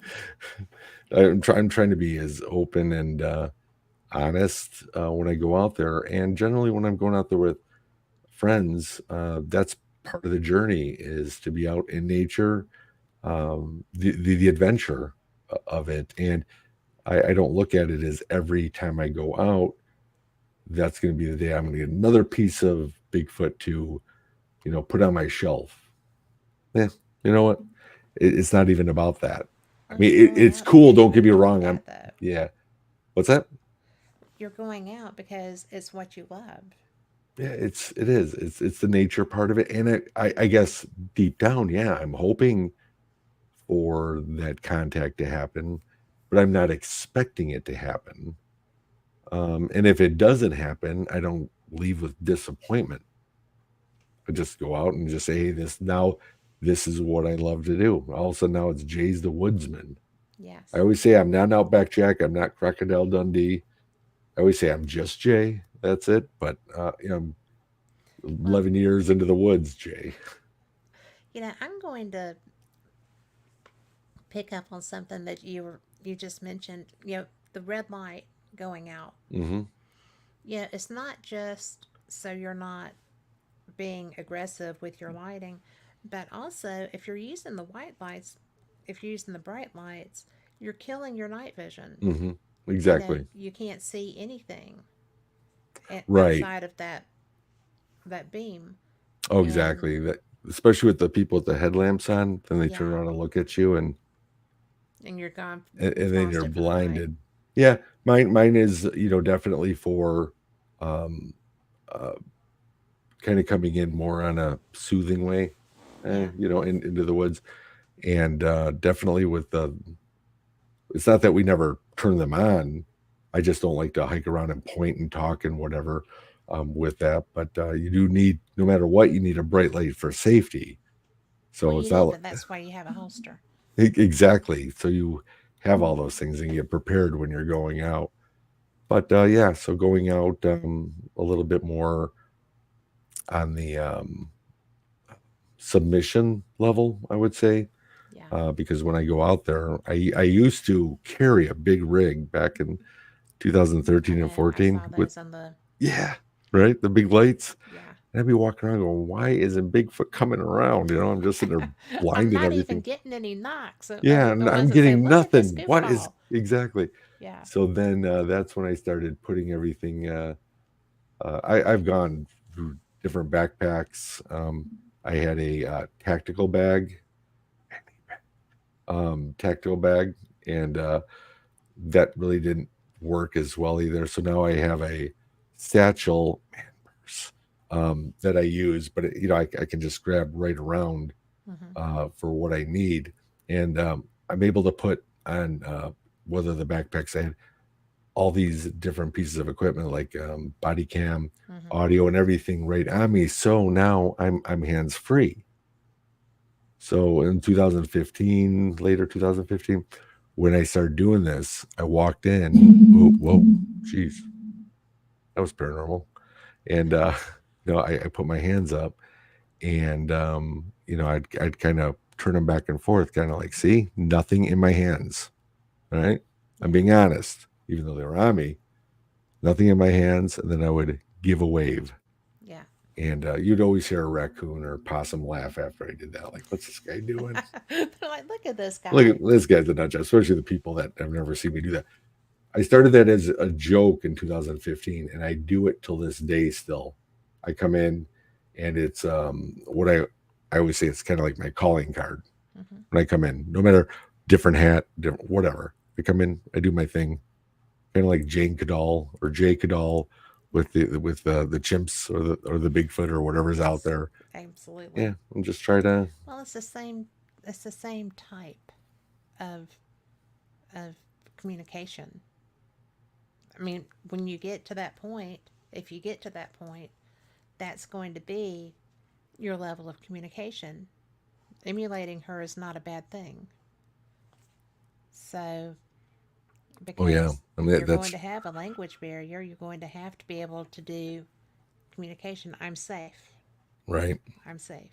Yep.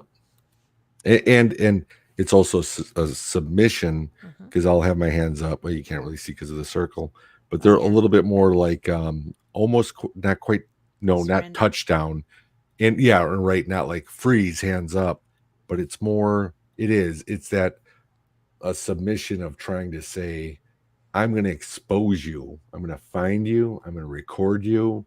I'm not going to hurt you, but I will record you, and I will let everybody know that you're here. And all the Bigfoot enthusiasts that want to either trap or kill or Yeah. and to ruin your life. That's what I'm out. No, I'm not out here doing that. And believe me, in the part of the woods I'm in, thousands of people go through these part of the woods a year easily. And these aren't, even though I call them my research area, this isn't Jay's woods. It's God's woods. It's been Yeah. here way before people and way after. I just like to keep my areas private just because it's the relationship I'm having with these sections. Hmm. I want to keep and not disrupt. Well, that makes sense because, whatever is there is I going to can't be connect to your Wi-Fi network. You can find the Amazon. setup instructions in the help section of your. Oops. But It's of all live. It's of all live. times for Siri to decide, or for Alexa to decide that she needs to have some input, Right. no. But it's so funny because it's all part of that nurturing. You're nurturing the possibilities, even if you're not right there getting what you're anticipating is available. Right. But if you have to have a way to get to that, and I think that what you're doing is very smart. You know, it's like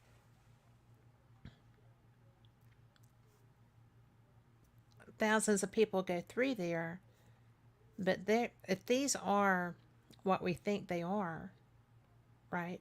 They're intelligent. They're going to recognize your smell. They're going to know who is yours also Hmm. by those same virtues. And they're going to know that you treat them with respect. I mean, even even wild deer, even wild horses, even dogs that don't know you recognize your energy. Hmm. And I feel like something that watches you and has been watching you and to an extent has been interacting with you for all this time is going to know, you know, okay, this guy is safe. You know, Right. he's not, Yeah. he hasn't hurt us yet. He hasn't hurt anyone out here yet. If we're going to do something, we're going to share with him. And I think that it's helping them find their truth too. Right. Yeah. No, that's well said there, because I even think Kimmy has said that a lot of times with our way um of thinking at how they're going to interact with us or communicate with us may be different from the way they're actually going to do that. Mm-hmm. Um, and I like that perspective on that, because I don't know on how many other people go out there and keep bums the word and do what I do. I mean, I know there's a lot in the world, a lot in the Yeah. U.S. here that go out and do it, and I commend every single one of them, including you, going to be going out because that's what you are going to do. You're going to try to find your truth on however you decide, or however the other researchers decide. You know, the ones with all the big tech and everything like that. And I started getting that way, and I started feeling like a Borg from Star Trek: The Next Generation. I Right. just felt too much technology now was blocking me from nature or what's right in front of me. So Well, to be it able to capture does. that, yeah, It does with ghost hunting too. yeah. It's It's like the sometimes you have to write, you have to put it away. I guess it all depends on what, as a ghost hunter, paranormal investigator, is after. If they're after the holy grail of an apparition, or and they want to record that to prove what they did or their team did, that's what their intentions are. But can you imagine going paranormal investigating without a recorder, without a camera, I and just to be have. able to sit and talk? I have. Yeah, okay, I that's mean, good. and I'm a tech girl. I like it. You're right. But I've just decided that I almost always have a voice recorder because I won't always hear. Right. So, and I have had times that I got interaction, but I didn't listen until I got home. And it was an environment that I could not get back into. Mm, And I kind of left somebody hanging. So I always have a voice recorder. right. But, you know, I'm there, like in Scotland, I'm there for that experience. I'm there to see who is there, to see who's going to communicate. And I feel like the being in the woods is the same way. That when I get my courage and skills gathered, then I will be there for the experience. Do I want evidence? Not really. I don't need to come out and tell people this happened. You know, that's not what I'm looking for. I'm looking for the experience and maybe some form of communication. And if I don't have any communication, that's okay too. Hmm. Like you say, I'm looking for my truth. Right. I think that's So, awesome that you're doing that. well, I'm having to get past the fear factor. And once it gets cool here, the snakes slow down. They I don't know, behave real right? well when it's cold. And you're like, I'm going to go out hiking now. Wink, wink. Yes, But when it's springtime, I'm done. yeah, Until next winter. until next winter. Then you're like, yes, I'm out again. Yes, but it I'm takes a long Shira. time for us to cool off enough.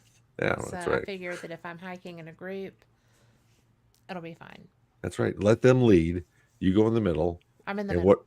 and whatever they kick up is going to get them first. You're in the middle, Or you're safe. or to catch the last guy. Or catch his last guy. Just stay in the middle. It's where it's safe.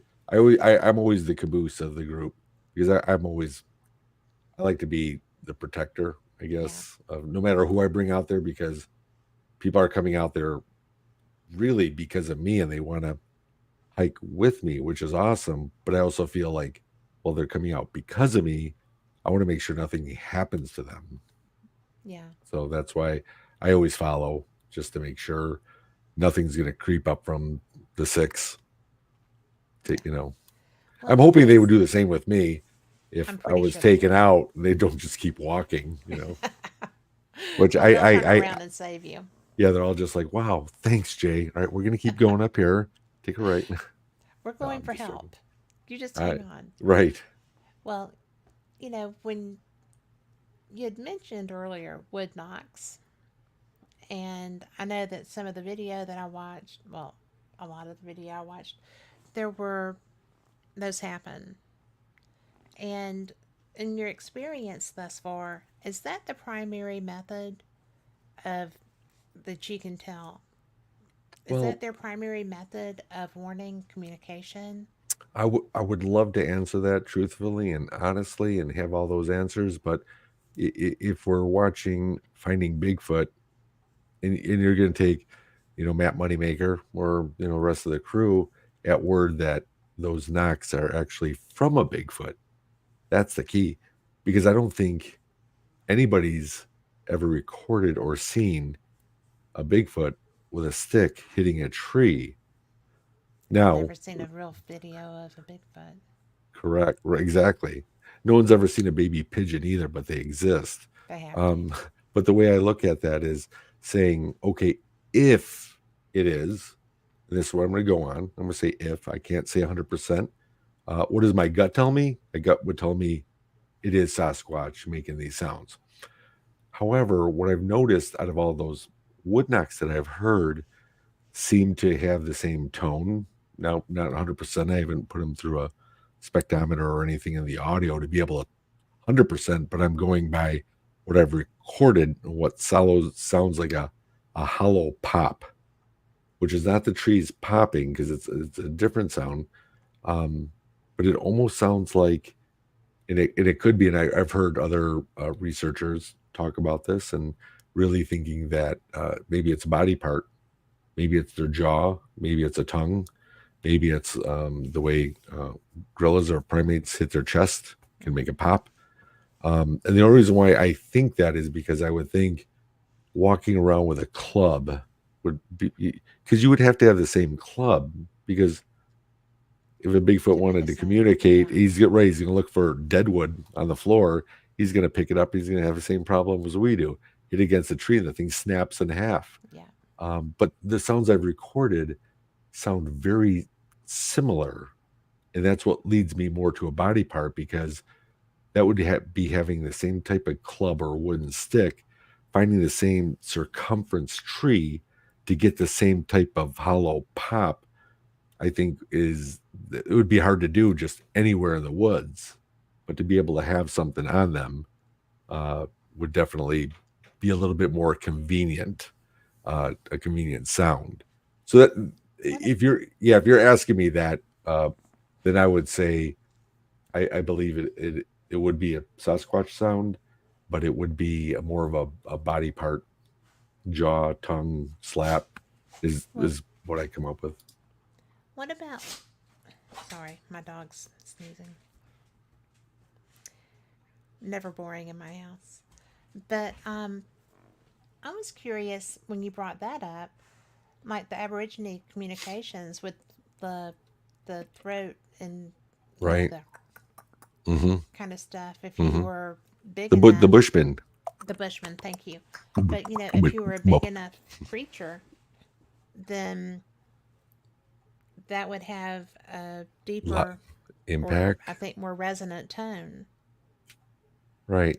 Now, see, I'm going to show people this. Um, you know how in Breakfast Club everybody can do something.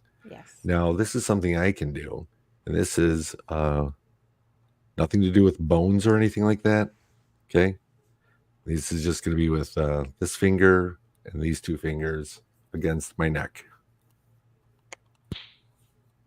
I don't know if you can hear that popping Yeah. sound, Yeah. but it's basically suction through the two fingers pressed against my neck or Okay. any skin like that. Yeah. Meaning, sitting out there, you were just saying about the different tribes making a different sound. Being able to do something that with a body part would be a lot more easier. You don't spend as much energy Mm-hmm. looking for this or the worry about carrying a weapon. And again, I don't know. I don't know if a Bigfoot sits there and actually has a fork and a spoon or a knife, or I don't know if you ever seen that movie Primal Fear. I It- haven't. it- I it- don't watch stuff like that. yeah, I saw a couple of years ago, and I'm with you. I really don't watch Bigfoot shows like that, but somebody wanted to watch it. Um, in that movie, Bigfoot did use tools and weapons. And again, we really don't know because we think Bigfoot is just, well, I don't want to say everybody, but a lot of people think Bigfoot is just, an ape we haven't caught up with yet. That is just an animal, that the animals don't use tools. They just use what they have on them. So again, Primates do use tools. they do exactly. But again, to be able to carry that around for communication, um, to get the same type of wood knocks I've heard. Mm-hmm. I've never heard wood knocks down in Alabama before, Well, or they're probably kind of universal. well, they could be, but I don't know. And I'll tell you what, Kat, when you go out there and you do encounter a Bigfoot and the Bigfoot's going to go like this, just remember me. Does Yeah. that means Alabama cousin is talking to Wisconsin cousin up here? There you go. And that's when you're talking about being universal. I think that's the only way to really know because I'm not an observer in Alabama or Kentucky True. or anywhere. So Well, if I we're find anything, you know I'm going to be sharing oh definitely. I hope so. it. There's no way you're not going to be the first person I send that to. Well, I appreciate that. So, I know you've talked to a lot of people, and I appreciate well, if you keep me on the radar. I don't talk to that many people who do what you do. Oh, well, Not on the show, really, because I've, and that's not slamming other people who do what you do. You know, I have talked to David mm-hmm. Weatherly. Weatherly. Oh You yeah, know, Weatherby? Weatherly. That's a cartoon I character. know, right? I was thinking that too, Mr. Weatherby. But, you know, it's so, and he was interesting, but we were talking about haunted lighthouses the night that he came in because I'm fascinated by that. And he had just written a book. So it was a perfect mix. Nice. So, but I think that, and I have talked to some of the small town monsters guys, and it's always so interesting because I would so not go out chasing a monster. Hmm. Just, I'll let you guys find it and I'll listen to what you have to say. Oh, which is But good. But again, who knows? This is one question or quandrum that me, Kimmy, and Sherry's another friend that hikes with us, and we actually say, what if we do all three have this right in your face encounter? Do you, do you tell people then? And that becomes telling on you and gaslighting Cat where you live, what your phone number is, and doing that all on social media so everybody can bug you. mm-hmm. Or do you, suck it up and say this is what we were there for, this is the encounter we have? I think And that's what you do. yeah. And so what I'm saying is, I guess if I ever have that one-on-one, I mean, can you imagine me just having a one-on-one and I'm going to tell you that, yeah, his name is Daryl. He likes Folgers coffee, and really smart guy. He's been alive for 800 years.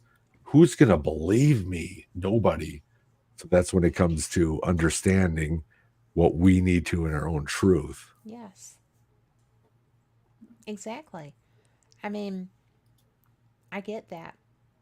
And I don't think I would be telling people either. I would tell you because it would be so cool. All right, well, I But hope so. Yeah, definitely.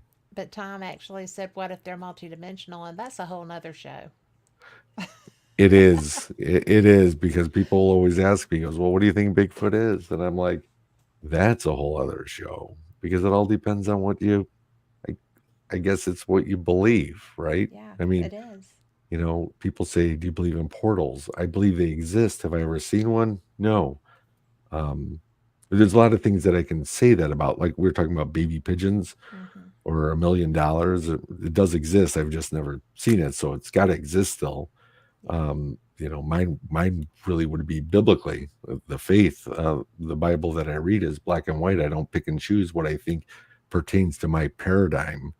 So therefore, if these yeah, fallen angels came down and mated with the women and had hybrids, and Noah's son from Noah's Ark was yeah. 800 years old. Was that a typo? 800 or 80? I can't pick and choose. If it was 800, let's go 800. Who knows on how old these people, and I'm going to call them people because I think there's a big human characteristic in them, and we don't know how old they are. So you can go so much into depth into theory of what you believe or what you heard or what you study. But I definitely think they're more more primal human than they are just an animal. I think so. I do Yeah, think they're primal human yeah. So do I. because there's way too much intelligence there, or maybe they're future humans because there's so much intelligence there. They've learned Something so to much. aspire toward. But Yeah. well, we're about out of time. I have enjoyed you so much. Thank you for coming back on with me because I just enjoy talking to you. Well, thank you, Kat. You can invite me on anytime. I don't want to bore people. You've got plenty of great guests out there that you want to interview. But yeah, stay in touch, You, and you would never bore. I, Just gonna say. I just keep talking. Just keep talking. I could keep going Well, for another couple hours, but I can do that too. But except a bathroom break would have to come into somewhere because there's always those. you know, I know. I have my little, yep. my little glass of tea. So, but somebody asked me once, am I sipping whiskey? I'm like, no, it's either tea or Coke. Yeah, until you're sitting like this, So, just well, sucking that on would a be, straw. yeah, it would be like, you know, that's that would be so embarrassing. I have done a 4 hour show before, and it was close. I couldn't talk the next day. But Lori says, great show. And I Well, agree. thank It you. was a great show. And do you want to tell people where to find you? You can find me at on my website would be the number one place, jbachochin.com. Yeah, There it's you a can. great site too, just so you know. All right, thank you. I try to put what I can on there to help encourage people to go look by posting some of my what I call trace evidence out Yes. there. You can find me on the social media through the website and contact me through the website. And you can find me on Finding Jay and Beyond the Kettle Finding J2 streaming on Amazon Prime. Yes, and they are fantastic. Go Thank watch them. you. I appreciate that. So, well, and they're educational too. That's what I try to So, do.